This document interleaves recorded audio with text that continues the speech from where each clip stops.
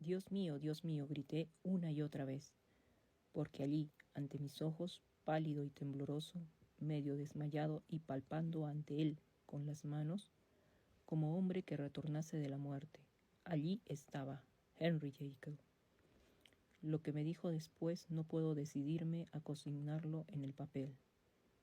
Vi lo que vi, oí lo que oí, y desfalleció mi alma. Y no obstante, ahora, cuando aquella visión ha desaparecido de ante mis ojos, me pregunto si creo en ello y no puedo responderme. Mi vida está removida hasta sus raíces. El sueño ha huido de mí. Un terror mortal me persigue. Día y noche, a todas horas, siento que mis días están contados y que debo morir. Y sin embargo, moriré incrédulo. En cuanto a la torpeza moral que aquel hombre desveló ante mí a continuación, aunque con lágrimas de penitencia, no puedo ni siquiera recordarla sin un estremecimiento de horror. No diré más que una cosa, Utterson, y eso, si puedes creerlo, será más que suficiente. El ser que se deslizó en mi casa aquella noche era conocido, según la propia confesión de Henry Jekyll, con el nombre de Hyde, y se le perseguía por todos los rincones de la tierra como el asesino de Carew. Hasty Lyon. La confesión de Henry Jekyll. Nací en el año 1800, heredero de una gran fortuna, dotado además de excelentes partes, con natural inclinación al trabajo, apreciado por los sabios y por los buenos entre mis prójimos, y por tanto, como puede suponerse, con todas las garantías de un porvenir honroso y distinguido. Y a decir verdad, la peor de mis faltas tan solo consistía en una disposición alegre, ansiosa hacia los placeres, cualidad que ha hecho felices a muchos, pero muy difícil de reconciliar para mí con mi imperioso deseo de llevar la cabeza muy erguida y de demostrar ante las gentes un comportamiento más que ordinariamente grave. Esto dio lugar a que ocultase mis inclinaciones, y cuando llegué a la edad de la reflexión y empecé a darme cuenta de mis progresos y posición en el mundo, estaba ya condenado a una profunda duplicidad en mi vida. Irregularidades como las que yo cometía habría sido para muchos hasta motivos de vanagloria, pero desde la altura de los ideales que yo me había trazado, las veía y las ocultaba con un sentimiento casi morboso de vergüenza.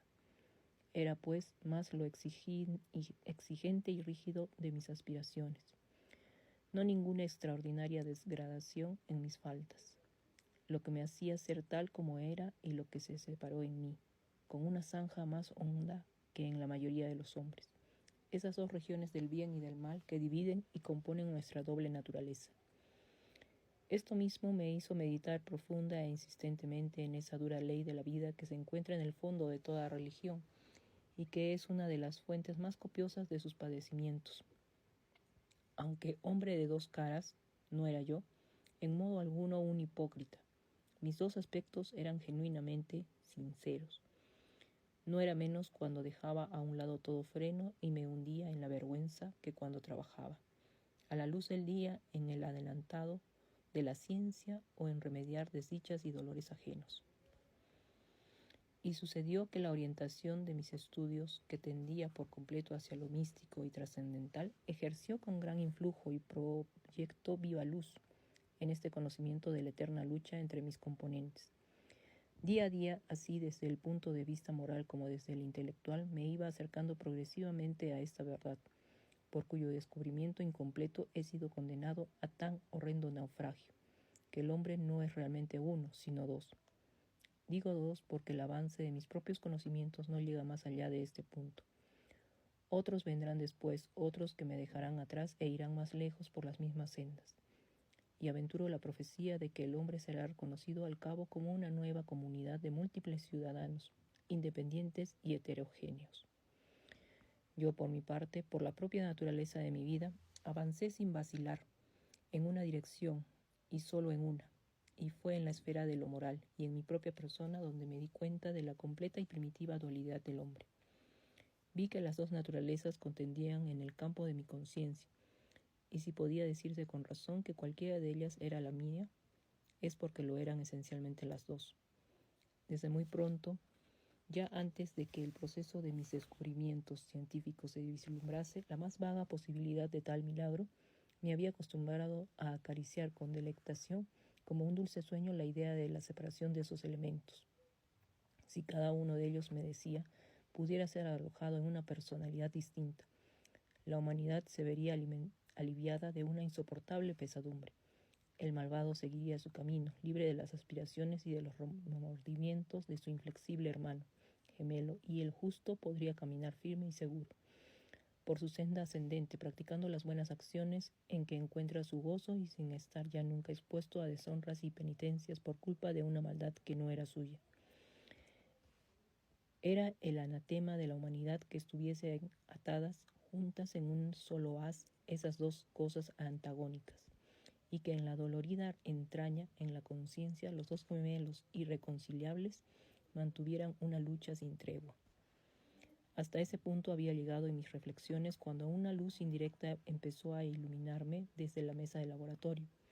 Comencé a percibir en gran mayor de lo que hasta ahora se había llegado nunca a insinuar: la vacilante inmaterialidad, la efímera inconsistencia, como una neblina de este cuerpo, al parecer tan sólido, con el que andamos vestidos. Descubrí que ciertos agentes tenían el poder de sacudir y arrancar esa carnal vestidura, como puede agitar el viento los cortinajes de un balcón abierto. Por dos razones de peso no profundizaré mucho en esta parte científica de mi confesión.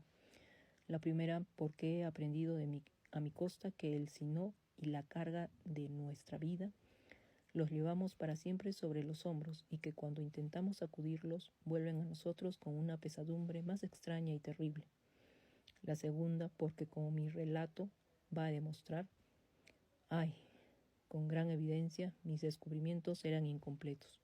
Baste pues con que diga que no solamente descubrí que mi cuerpo no era más que un mero hábito o fulgor de las fuerzas que constituían mi espíritu, sino que me manejé para componer una droga por cuyo medio se podía destronar a esas fuerzas de supremacía y sustituir aquella forma y apariencia por una segunda, la cual no sería menos natural en mí, porque fuera la expresión y llevase el sello de los elementos más bajos de mi alma. Dudé mucho antes de someter esta teoría a la prueba de la experimentación. Bien sabía que me jugaba la vida, pues una droga que tenía tal poder para conmover y transformar el sostén mismo de la personalidad podía, por el más mínimo exceso de la dosis o por la más mínima falta de oportunidad, al administrarla, borrar sin que quedase rastro el inmaterial tabernáculo que yo pretendía transformar. Pero la tentación de un descubrimiento tan insólito y trascendental prevaleció sobre las sugestiones del temor. Hacía ya mucho tiempo que había preparado la tintura. Compré inmediatamente a unos almacenistas de productos químicos una gran cantidad de cierta sal, que, según sabía por mis experimentos, era el último ingrediente que se requería, y ya tarde una noche maldita compuse los elementos.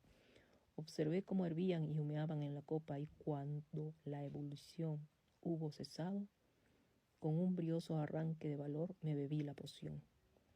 Sentí enseguida dolores desgarradores, como si los huesos se trituraran, náuseas mortales y un horror del espíritu que no podría ser superado a la hora del nacimiento o de la muerte. Después empezaron a calmarse rápidamente esas agonías y volví en mí como si saliera de una gran enfermedad. Había algo extraño en mis sensaciones, algo nuevo, inefable, y por su misma novedad increíblemente agradable. Me sentía más joven, más ligero, más feliz físicamente, y en mi interior me daba cuenta de una arrebatada osadía, de un fluir de desordenadas imágenes sensuales que pasaban raudas por mi fantasía como el agua por el saetín de un molino, de un aflojamiento de todas las ligaduras del deber y de una desconocida pero no inocente libertad del alma. Me sentí al primer aliento de esta nueva vida más perverso, 100 veces más perverso, un esclavo vendido a mi demonio innato. Y esta idea en aquel momento era como un vino delicioso que me saciaba.